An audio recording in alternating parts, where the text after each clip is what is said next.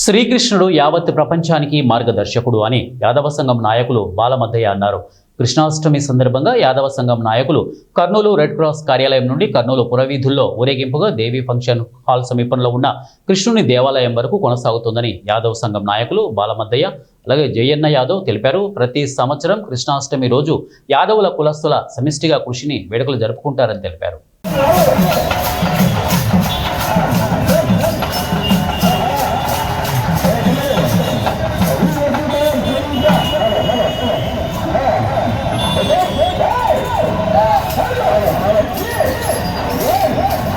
యొక్క జయంతి ఈరోజు ప్రపంచమంతా నలుమూలల గ్రామాన జరుపుకుంటున్నారు.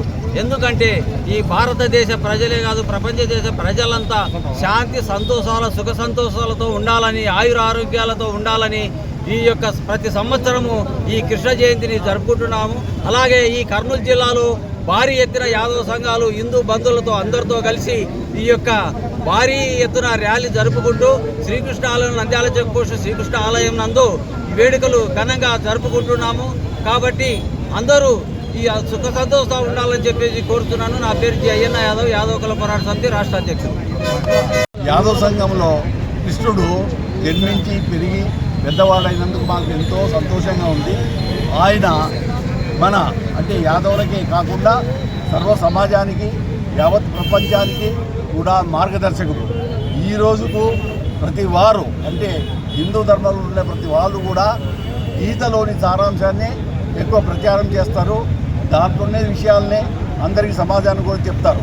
ఒకవేళ దీనికి గీతలో ఉన్నటువంటి విషయాలకి నిజంగా నిక్కచ్చిగా ఫాలో అవుతే కనుక అంతకన్నా మంచి పౌరుడుగా ఎవరు ఉండరు.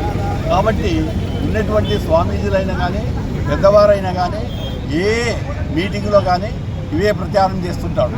ఈ